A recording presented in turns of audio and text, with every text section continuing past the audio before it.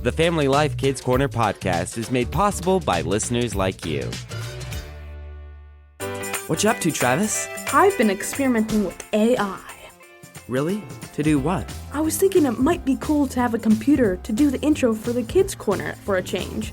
It would make things a lot easier. But I like doing the intro. Come on, Joel, it's the 21st century.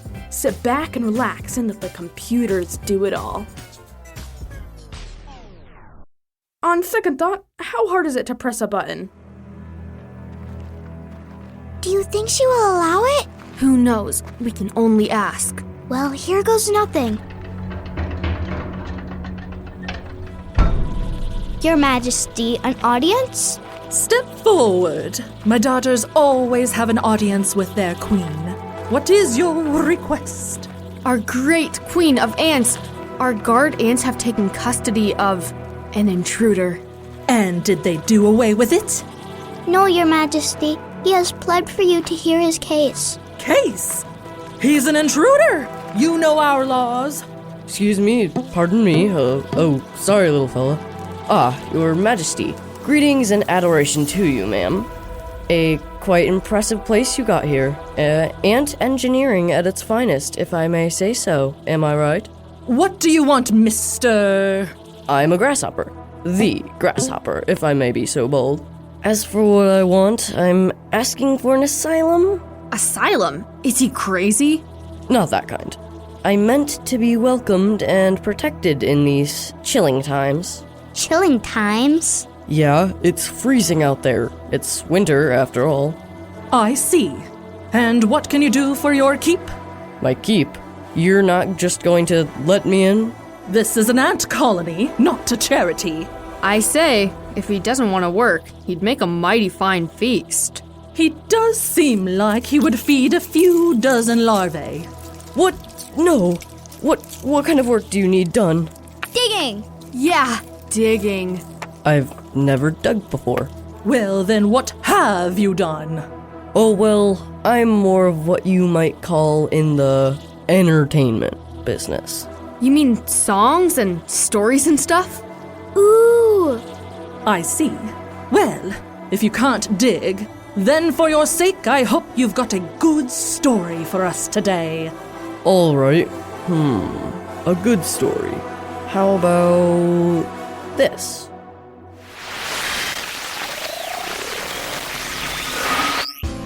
Hi, Olivia. What's going on? Hey, Isaac, I'm working on a diorama.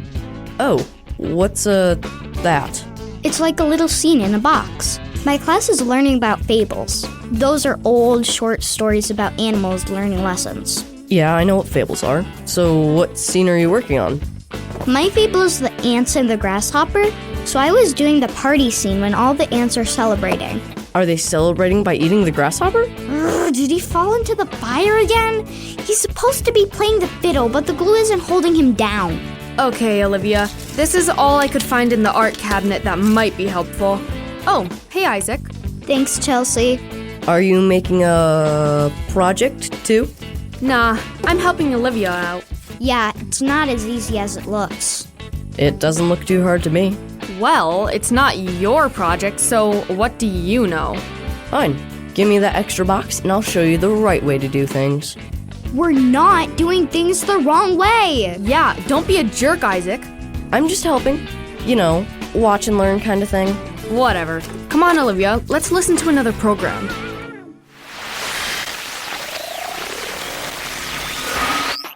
How's the diorama coming along, girls? Good. We just put sandpaper in the background to make it look like it's underground. Yeah, and I punched out all of these black dots with this hole puncher for all of the ants. I see you had fun with that part. Yeah, I'll get a broom. How's your diorama coming, Isaac? Just fine, thanks. You're making a diorama too? Why? He's convinced that we were doing it wrong. He said that if we were doing it right, then it would have been easier. Obviously, if you're doing things the wrong way, it's going to be harder for you. Well, it looks to me like you're doing it the wrong way, too. Miss Diane, does my diorama look like it was done wrong? I don't want to be embarrassed when I take it into school next week. It looks great to me. And I wouldn't pay too much attention to what Isaac was saying. Just because something is hard doesn't mean you're not doing it right. Of course it does. Is school easy if you do it wrong? Is eating easy if you do it wrong? Is riding your bike easy? You're right. For many things, just doing them the right way makes it a lot easier. But there are other reasons things can be difficult.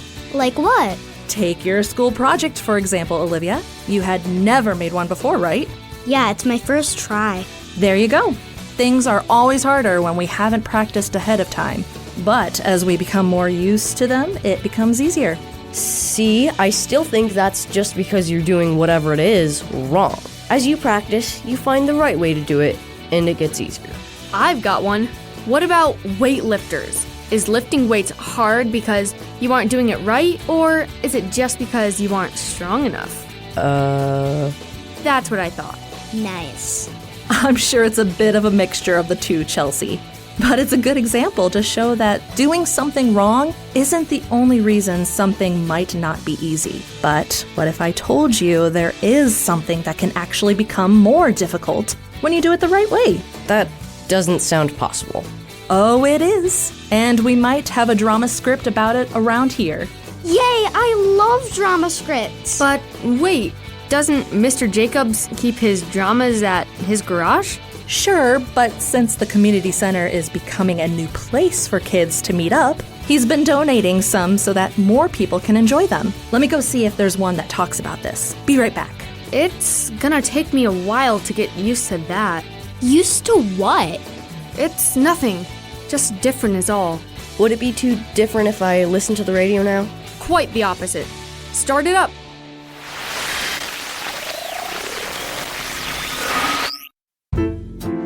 And now, the Kids Corner Community Players present the fabulous drama, The Building Inspectors, an adapted biblical teaching about persecution. Once upon a time, in crystal clear Lake County, there was a building inspector. Okay, so what does a building inspector do exactly? We do a lot of stuff, but to make it simple, we go to buildings and make sure that they are built in accordance to the codes and regulations set by the state. Huh? We make sure they're following all of the building rules. That's right. And because she was so good at her job, many construction companies did not look forward to her showing up. Well. If it isn't the red tape queen. Good morning. I've just come from your building project out on Franklin and Bridge Street, and I need you to sign here saying that you've received my report and will make the requested fixes. Fixes? What fixes? That building is in perfect shape. Shall I start alphabetically or from the roof down? There's quite the list. As you can see from these pictures, there are broken joists, cracked roofing tiles, leaky plumbing, broken bathtubs, lack of insulation. We're not fixing any of that. Then I won't give my approval on this project and you'll be stuck with a house that won't pass inspection. And so it went. 4 years, and after time, a new inspector was hired on to help out. I'm ready to go. Glad to hear it. Just remember your training and you'll have a great career ahead of you. Okay. But when she arrived at her first construction site, things weren't as rosy as she thought they would be. Look out, boys. The inspector's here. Hey, you're not the usual muckrake and troublemaker. She must have gotten new help. Yeah, she did. Nice to meet you. I'm Courtney. I don't shake hands with your kind. Just do your job and don't get in the way while we do ours. I'm sorry, did I do something wrong? You're an inspector. I don't like your boss, so what makes you think that I'll like you? Just watch your step around here. Wouldn't want anything to happen to you. The moral is that when we believe that Jesus is God and that he rose from the dead, God uses his Spirit to change you to become like him. This is a great thing. And when we live his way, he uses us in his wonderful plans. The thing is, when God was with us on earth, he lived a perfect life, and people hated him for it. So it stands to reason that if you are becoming like him, they will hate you too.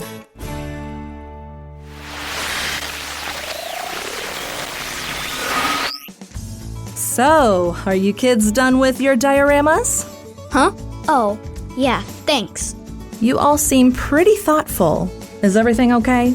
We were just thinking about the moral of that drama we read earlier. Yeah, about how people who don't like God won't like us either. Is that in the Bible, Miss Diane? It is, in several verses, Olivia. Like which ones? I don't know off the top of my head. Let me look that up real quick. Shouldn't you know where it is? I'm still working on that, Isaac. Here we go. John 15, 1 John 3, Luke 6. Yeah, lots of places. So back to what we were talking about earlier. Sometimes the very fact we are doing the right thing is what makes life harder. Now that I'm thinking about what the Bible says about this, I just remembered the story of Daniel. You know, because he did the right thing, he went to the lion's den. Definitely not easy. The stories in the book of Daniel are all about doing the right thing and being punished for it. But you'll notice, especially in these stories, that the ones who were being mistreated for living for God were never alone. God was with them. And in the last verse in the book of Matthew, Jesus tells us that he will be there for us too. Well, if Jesus is going to be with us when we go through hard things, because we are trying to live for him, I guess that makes it a little easier. I've got to think about that some more, and maybe look up some of those verses. Good plan. You might want to check out Philippians 4:13 and Romans 8:31 as well. Got it. You want to come look up these Bible verses too, Isaac? Sure, Chelsea. I've just gotta clean up these art supplies. Oh, yeah, I should do that too. And I guess I'll turn off the radio. Thanks for listening to the Kids Corner podcast. If you had fun listening, be sure to share it with your friends. And don't forget to hit that subscribe button so you can join us every week. The Kids Corner and other Family Life podcasts are made possible by your financial support. Learn more at familylife.org.